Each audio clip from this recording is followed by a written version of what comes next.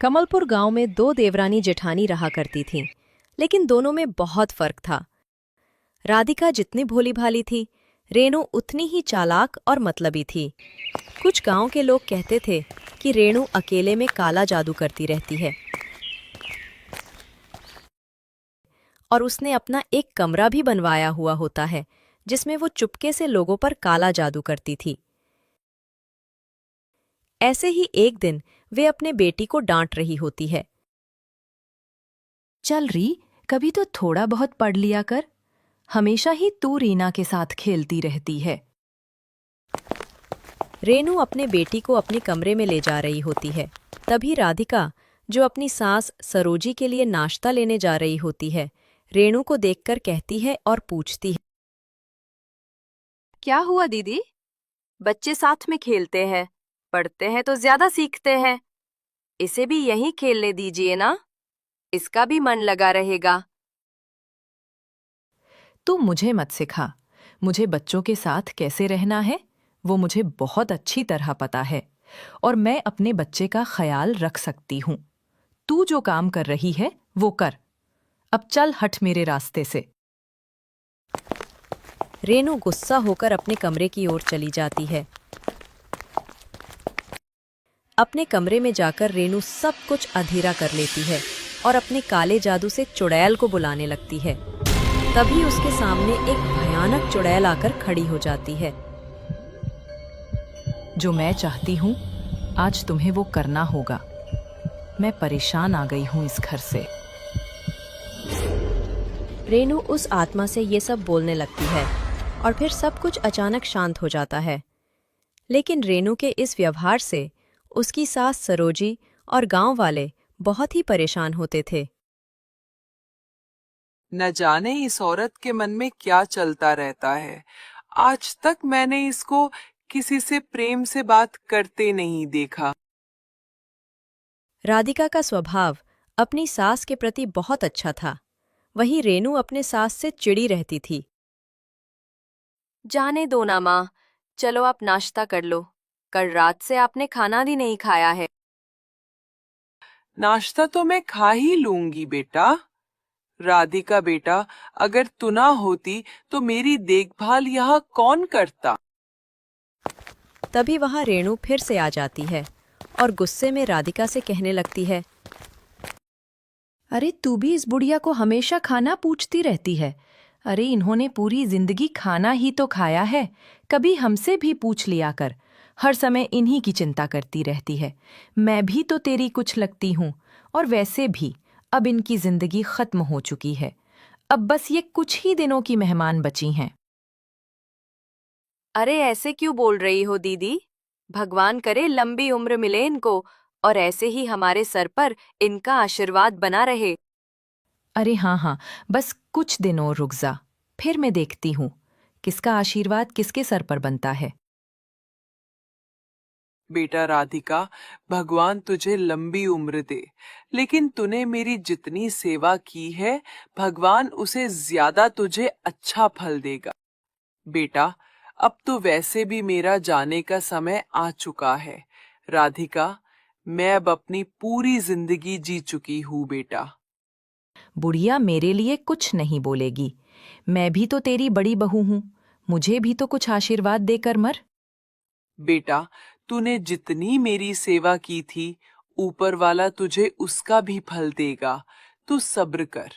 तेरे भी तो बच्चे हैं, तुझे भी तो पता चलेगा जब तू मेरी उम्र तक पहुंचेगी।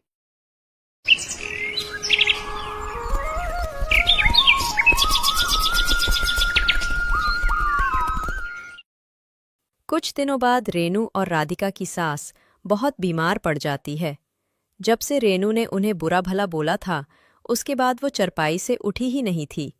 फिर कुछ दिन बाद अचानक उनकी मृत्यु हो जाती है। उनके मरते ही दोनों देवरानी जेठानी अलग अलग रहने लग जाती हैं। गांव की औरतें भी गली में उन दोनों के बारे में चर्चा करती रहती हैं। देखो कोमल, राधिका के घर में कितनी शांति है, और रेनू के घर को देखो, वहाँ तो हमेशा कोई ना कोई दुख रहता ही है। मुझे तो लगता है रेनू कोई काला जादू करती है, तभी तो वो अपनी जिंदगी में इतनी परेशान रहती हैं। तभी उन दोनों को रेनू अपनी तरफ आते दिखाई पड़ती है। अरे कोमल, चलो जल्दी यहाँ से। यदि उसने कुछ सुन लिया तो बेमतलब गले पड़ जाएगी और बुरा भला कहने लगेगी। राधिका की खुशी की जलन से भरकर रेनू राधिका के घर की तरफ निकल पड़ती है, क्योंकि हमेशा राधिका की खुशी से जलती रहती थी।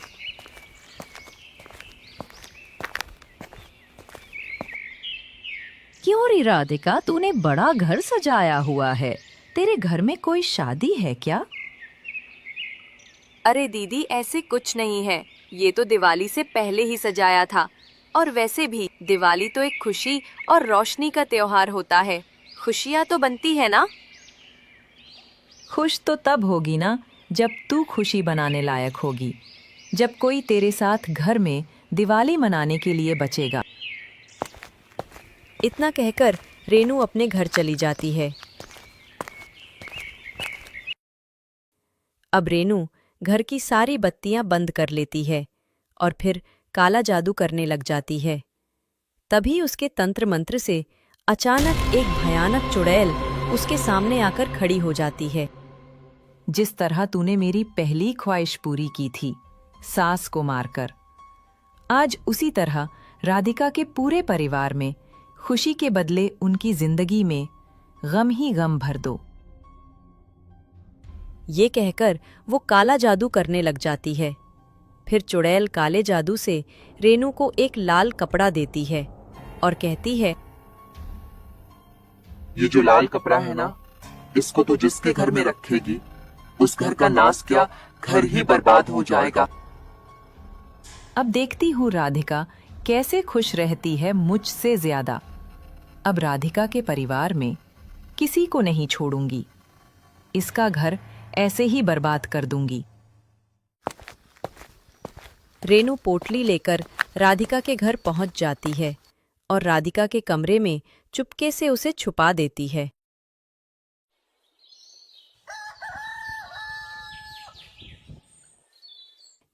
कुछ ही दिनों में राधिका के पति हरिशंकर की तबीयत खराब होने लगती है। दीदी देखो ना, इनकी तबीयत दिन प्रतिदिन खराब हो रही है। इलाज भी कुछ काम नहीं आ रहा है। आप ही कुछ बता दो जिससे इनके लिए मैं कुछ कर सकूं और इनकी तबीयत ठीक हो जाए। तुम सब लोग तो मुझे चुड़ैल समझते हो ना। जो मैं बताऊंगी उस पर तुम लोग विश्वास थोड़ी करते हो। अब जो हो रहा है उसको थोड़ी मैं रोक सकती हूँ। इतना कहकर रेनू वहां से चली जाती है।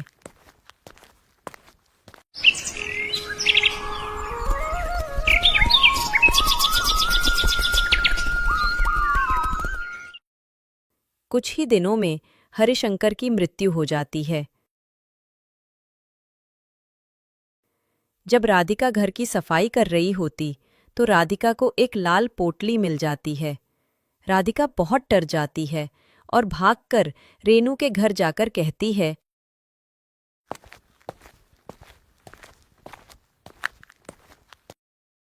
दीदी, आपने ये सब क्यों किया? क्या मिला आपको मेरी जिंदगी बर्बाद करके?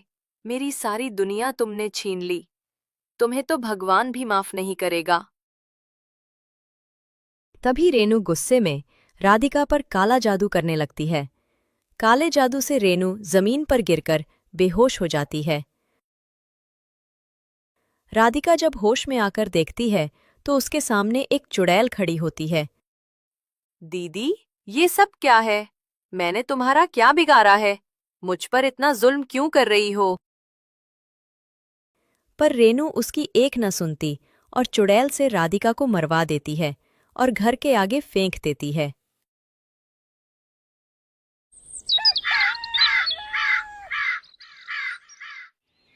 अगली सुबह गांव में हाहाकार मच जाता है। सबको पता चलता है कि राधिका को किसी ने मारकर उसके घर के सामने फेंक दिया होता है। सभी गांव के लोग गम और डर की वजह से शांत खड़े होते हैं। पर रेनू के चेहरे पर एक ठंडी मुस्कान होती है। उसको चेहरे पर कोई गम नहीं होता है।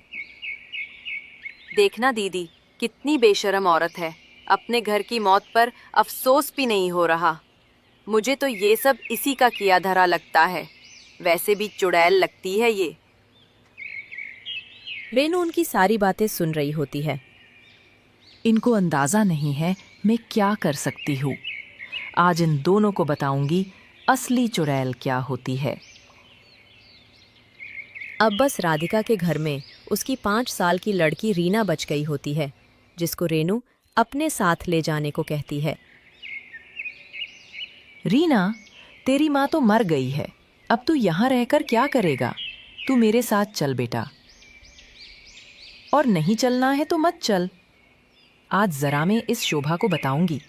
इसकी इतनी हिम्मत जो ये मुझे चुड़ैल बोलेगी। ये चुड़ैल बोलने वाली होती कौन है? फिर आधी रात को रेनू शोभा के घर पहुंच जाती है और चिल्लाने लगती है। अरे ओ शोभा, जरा बाहर तो आ। आज मैं बताती हूँ मैं क्या कर सकती हूँ। क्या हुआ रेनू दीदी? इतनी रात गए तुम चिल्ला क्यों रही हो? और इतनी रात गए मुझे तुम्हारा आना सही नहीं लगता है। बताओ क्या बात है? अभी पता चलेगा तुझे मेरा आना सही है या गलत।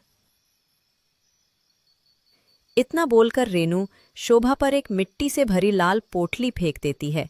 शोभा तुरंत से वो मिट्टी में बदल जाती है। ये देखकर ऋतु डर जाती है। हाय रे, मेरी दीदी को मिट्टी का बना दिया। कोई मेरी दीदी को बचा लो इस चुड़ैल से। अरे मेरा कोई कुछ नहीं बिगड़ सकता। इसने मुझे चुड़ैल बोला था ना, अब इसका अंजाम भुगतो। अब सभी गांव वालों को भी पता चल जाता है कि ये सब रेनू का ही किया धरा है। आखिरकार राधिका की बेटी को पता चल जाता है कि उसकी माँ, पिता और दादी की हत्या की साजिश रेनू ने रची थी।